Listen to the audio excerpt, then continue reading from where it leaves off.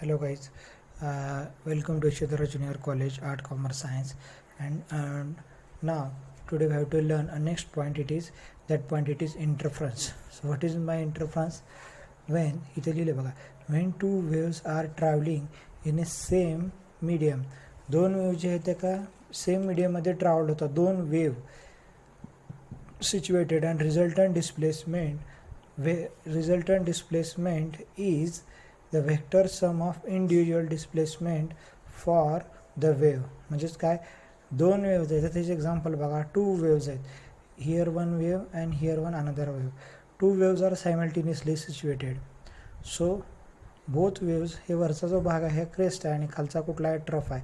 दोन्ही वेव्ह जर crest ट्रफमध्ये combine झाले तर तुमचं रिझल्टंट डिस्प्लेसमेंट आहे equal some of individual displacement. ह्या दोघांचं जे डिस्प्लेसमेंट होणार आहे ते काय होणार आहे, कंबाईन होणार आहे. म्हणजेच वाय इज इक्वल टू काय होणार, y1 प्लस y2. म्हणजे लाईट काय होणार, light waves are in phase. म्हणजे जेव्हा लाईट इन फेजमध्ये असेल, क्रेस्टला कोइन्साइड झालं, ट्रफला कोइन्साइड झालं तर लाईट वेव्ह काय होते, इन फेज होते. म्हणजे रिझल्टंट डिस्प्लेसमेंट काय झाली, इंडिव्हिज्युअल डिस्प्लेसमेंट. ओन म्हणजे व्हेक्टर सम म्हणजे काय, ॲडिशन होते दोन डिस्प्लेसमेंटची. सो ते हे केव्हा होणार, इन फेजमध्ये. आणि आउट फेज म्हणजे काय, एक लाईट आहे ती क्रेस्ट फॉर्ममध्ये झाली, ट्रफमध्ये पुन्हा क्रेस्ट. पण दुसरी लाईट काय झाली, ट्रफमध्ये, क्रेस्टमध्ये आणि अगेन ट्रफमध्ये. When two waves are again coincide. जर अगेन कोइन्साइड झाले तर वेव्ज कसे मिळतात, ते असे मिळतात. म्हणजे हे काय झाल्या, आउट ऑफ फेज झाल्या. म्हणजेच काय झालं, y is equal to y1 minus y1. म्हणजे इथे काय झालं, सबस्ट्रॅक्शन झालं.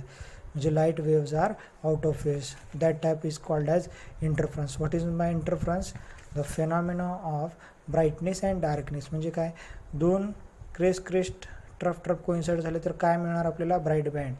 आणि ट्रफ आणि ट्रफ क्रेस्ट आणि ट्रफ क्रेस्ट म्हणून काय फॉर्म होतं आहे, तर तुमचं ट्रफ आणि ट्रफ क्रेस्ट म्हणून काय होतं आहे, डार्क बँड काय होतो, फॉर्म होतो. क्रेस्ट मिळालं तर तुमची इंटेन्सिटी काय होते, वाढते. आणि ट्रफ मिळून काय होतं, तुमची इंटेन्सिटी काय होते, कमी होते. क्रेस्ट मिळून इंटेन्सिटी वाढली किंवा ट्रफ मिळून इंटेन्सिटी वाढली तर ते काय झालं, ब्राईटनेस झालं.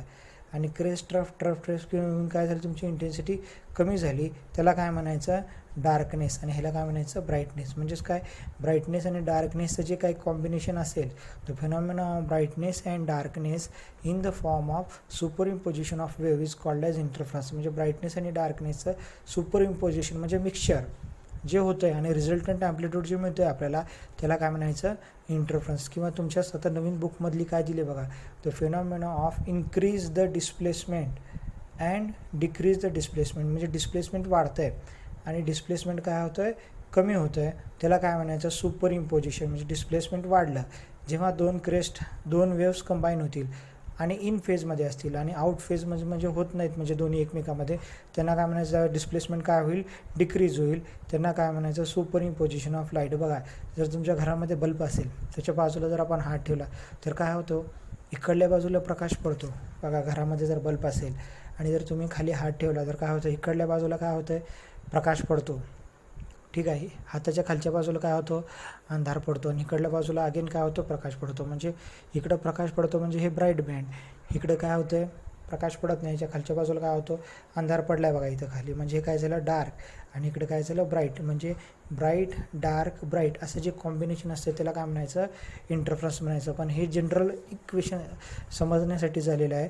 जनरली आपण मोनोक्रोमॅटिक सोर्स घेतो, म्हणजे सिंगल लाईट. ठीक आहे, बघा तिथे दिले बघा, the phenomena of increase the displacement and decrease the displacement. Displacement वाढते म्हणजे वेव्ह इन फेजमध्ये असतील आणि डिस्प्लेसमेंट कमी होते म्हणजे ते आउट ऑफ फेजमध्ये असतील, त्याला काय म्हणायचं, इंटरफरन्स म्हणायचं. ठीक आहे, आता इथं एक्झाम्पल दिले बघा. आता दोन लाईटचे सोर्स आहेत बघा इथं, S1 आणि S2 आहे. ठीक आहे, आता तुम्हाला जसं सांगितलं की दोन क्रेस्ट कोइन्साइड झालेत बघा इथे इनिशियली S1चं क्रेस्ट S2च्या क्रेस्टला काय झालं आहे, कोइन्साइड झालं. ठीक आहे, आता S1चं जे ट्रफ आहे, आता डॉटेड लाईन आहे क्रेस्ट आहे आणि फेंट लाईन आहे कंटिन्युअस लाईन, ही काय ट्रफ आहे. ट्रफ S1चं S2ला काय झालं, कोइन्साइड झालं आहे. आणि क्रेस्ट जे आहे S1चं S2ला काय झालं, कोइन्साइड झालं बघा डॉटेड लाईन. आता इथं डॉटेड लाईन इथं कोइन्साइड झाले बघा. तर हे ट्रफ ह्या क्रेस्टला इथं काय होतं बघा, इथं ह्या पॉईंटला काय होतं, कोइन्साइड होतं बघा ह्या ट्रफला. हे काय झालं, ट्रफ आहे, सॉरी हे क्रेस्ट आहे आणि हे काय ट्रफ आहे. ह्या ट्रफला हे क्रेस्ट काय होते, इथे ह्या पॉईंटला कोइन्साइड होते, म्हणजे रिझल्टंट डिस्प्लेसमेंट काय होतं, क्रेस्ट ट्रफ होतं आहे. म्हणजेच काय झालं, आउट ऑफ फेज, म्हणजे इथं कुठला इंटरफरन्स होता, डिस्ट्रक्टिव्ह इंटरफरन्स. दुसरा पॉईंट का बघा, क्रेस्टचा क्रेस्टला आणि इथं क्रेस्ट आणि क्रेस्ट दोन्ही कोइन्साइड झाले, म्हणजे याच्यातून जो पडणारा बँड आहे ते कसं असणार, डार्क असणार. म्हणजे हे कुठला झाला, constructive. Crest crest trough trough coincide झाले तर काय होते, कन्स्ट्रक्टिव्ह इंटरफरन्स. अगेन इथं बघा हा पॉईंट आहे, इथं हा सुद्धा पॉईंट आहे, हा काय होतो, इथं सुद्धा काय होतं, हा ट्रफ आहे, हा क्रेस्ट आहे आणि हा ट्रफ आहे, इथं मिळून हा पॉईंट कुठला होतो, डिस्ट्रक्टिव्ह इंटरफरन्स. म्हणजेच क्रेस्ट ट्रफ कोइन्साइड झाले तर काय होणार, डिस्ट्रक्टिव्ह इंटरफरन्स.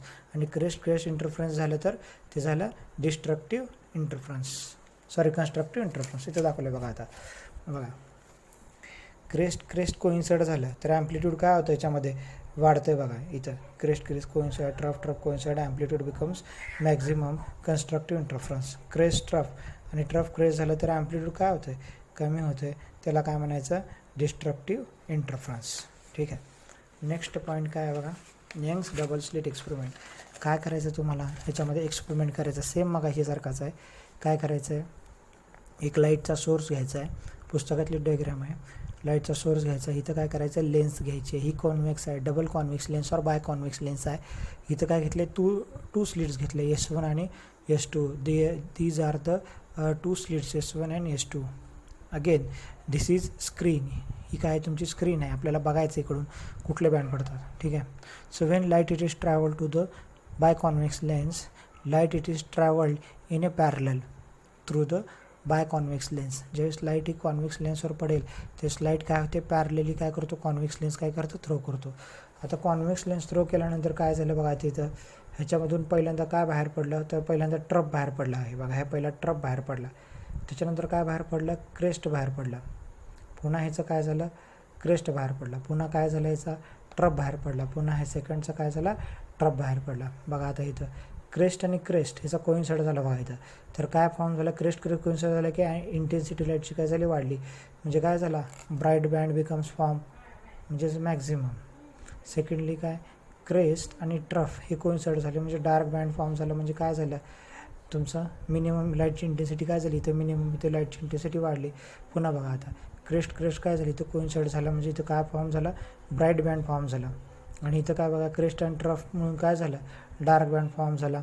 आणि लास्टला इथं बघा क्रेस्ट आणि क्रेस्ट कोइन्साइड झाला म्हणजे काय झालं, ब्राईट बँड फॉर्म झाला. म्हणजेच काय बघा, पहिल्यांदा ब्राईट मग डार्क, पुन्हा ब्राईट मग डार्क, पुन्हा काय झालं, ब्राईट. म्हणजेच काय बघा, crest crest trough trough coincide झाले की लाईटची इंटेन्सिटी काय होते, वाढते.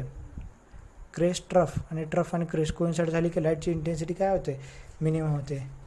हे कोणी सांगितलं, यंग्स डबल स्लिट एक्सपेरिमेंटने आपल्याला काय झालं, कळलेलं आहे. ह्याच्या थेरॉटिकल डायग्राम आपल्या नोट्समध्ये आहे. थँक्यू.